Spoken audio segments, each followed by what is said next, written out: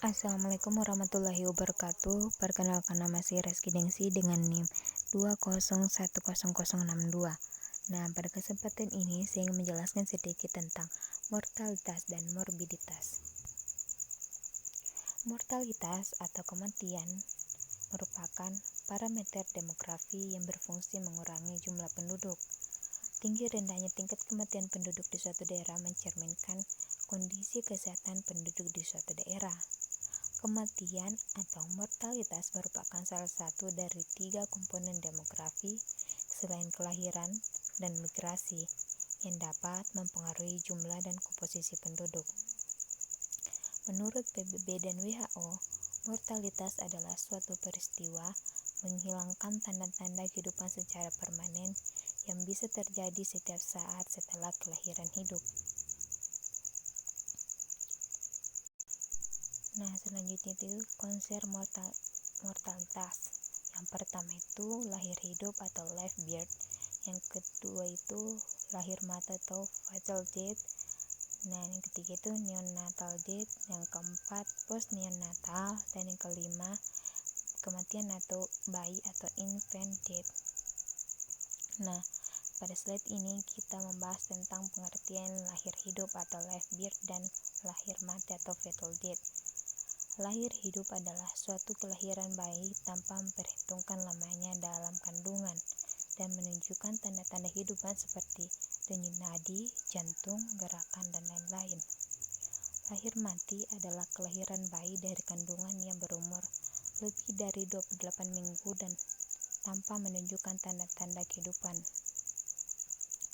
Nah, yang ketiga itu neonatal death adalah kematian terjadi pada bayi yang belum berumur 1 tahun 1 bulan. Post neonatal adalah kematian anak yang berumur antara 1 bulan sampai dengan kurang dari 1 tahun. Nah, yang kelima itu infant death atau kematian bayi adalah kematian anak sebelum mencapai umur 1 tahun. Selanjutnya itu sumber data mortalitas. Yang pertama itu sensus kependudukan atau survei yang terbagi 2, yaitu bentuk langsung dan bentuk tidak langsung. Nah, yang kedua itu sumber data dari mortalitas, yaitu sistem registrasi vital. Yang ketiga itu penelitian, dan keempat perkiraan atau estimasi. Selanjutnya itu indikator mortalitas.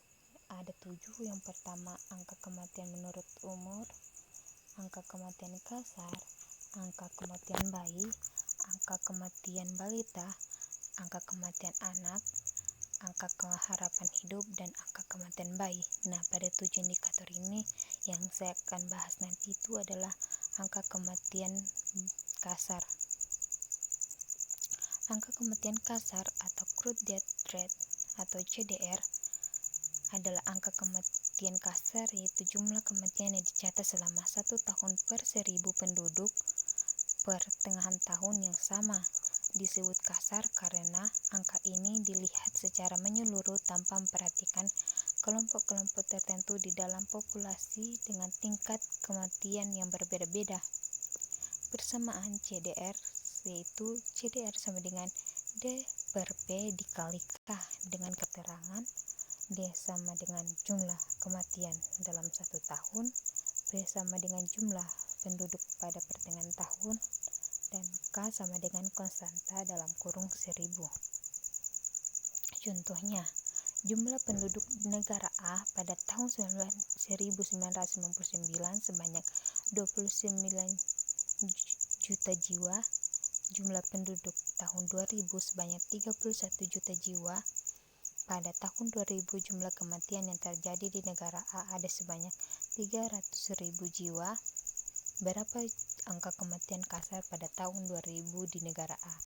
Kemudian kita jawab itu, hitung angka penduduk pertengahan tahun 2000 terlebih dahulu. Penduduk angka tahun 2000 sama dengan penduduk tahun 1999 ditambah penduduk tahun 2000 per 2, di mana penduduk pada tahun angka 1999 itu sebanyak 29 juta jiwa ditambah penduduk tahun 2000 yaitu sebanyak 31 juta jiwa per 2, yaitu didapat 30 juta jiwa. Nah, kemudian kita disuruh menghitung angka kematian CDR.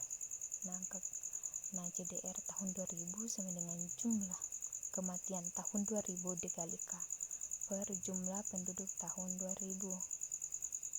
Nah, didapat itu 300.000 per 30 juta kali 1.000 didapat 10 jiwa. Artinya pada tahun 2000 di negara A terdapat 10 kematian dalam setiap 1.000 orang. Nah, selanjutnya itu kita membahas tentang mobilitas. Nah, pengertian dari mobilitas adalah kesakitan, yaitu dengan kata lain kondisi seseorang dikatakan sakit apabila keluhan kesehatan dirasakan mengganggu setiap aktivitas sehari-hari, yaitu tidak dapat melakukan kegiatan seperti bekerja, mengurus rumah tangga, dan kegiatan lainnya secara normal sebagaimana biasanya. Selanjutnya itu sumber data morbiditas. Yang pertama itu sumber data laporan penyakit menular. Yang kedua itu catatan klinis dan catatan medis rumah sakit. Yang ketiga, data dan catatan dari organisasi manajer. 4 itu perunutan, pencatatan, dan registrasi. Yang kelima itu registrasi. Keenam, perunutan, pencatatan, dan komputerisasi. Dan yang ketujuh itu survei status kesehatan dan penyakit. Nah, selanjutnya itu kita bahas tentang ukuran morbiditas. Ada 3. Yang pertama itu insiden, prevalensi, dan attack rate. Nah, pengertian dari prevalensi adalah jumlah penduduk yang sakit, baik sakit lama maupun sakit baru selama periode tertentu. Sedangkan insiden adalah jumlah kasus baru suatu penyakit selama kurun waktu tertentu. Angka insiden merupakan insiden per penduduk berisiko atau population at risk. Kemudian itu yang ketiga itu attack rate atau angka serangan. AR atau attack rate yaitu angka insiden yang terjadi dalam waktu yang singkat. Dalam kurung Lilieveld 1980.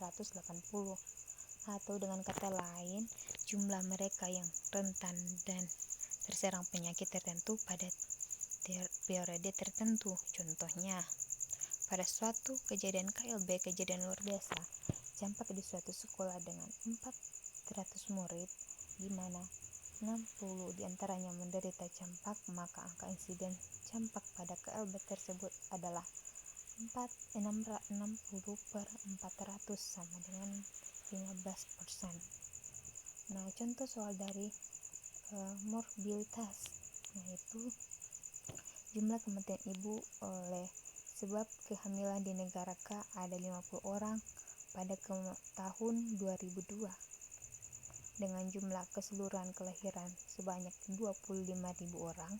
Berapa MMR pada tahun 2002?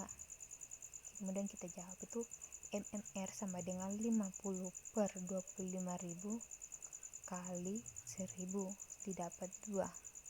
Artinya dalam setiap 1.000 kematian ibu oleh sebab kehamilan di negara K terdapat kematian 2 ibu. Demikianlah itu sedikit penjelasan tentang morbiditas dan mortalitas tadi. Semoga bermanfaat teman-teman. Assalamualaikum warahmatullahi wabarakatuh.